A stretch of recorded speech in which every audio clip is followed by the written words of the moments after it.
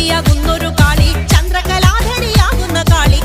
കറുത്ത മുടിയഴിച്ചിട്ടു കണ്ണുകൾ അഗ്നിപോൽ താനെ ജ്വലിച്ചു. ചെമ്പട്ടു വാരി വലിച്ചൊന്നുടുത്തൊന്നു പള്ളിവാൾ തേരിടുന്നേ ദേവിയെ.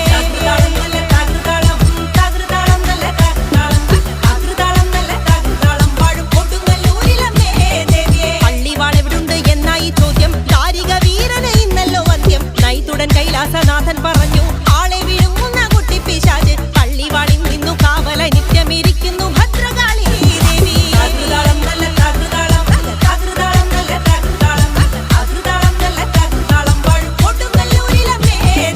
അതുകൊണ്ടു നിന്നെ അയക്കുവാൻ വയ്യ.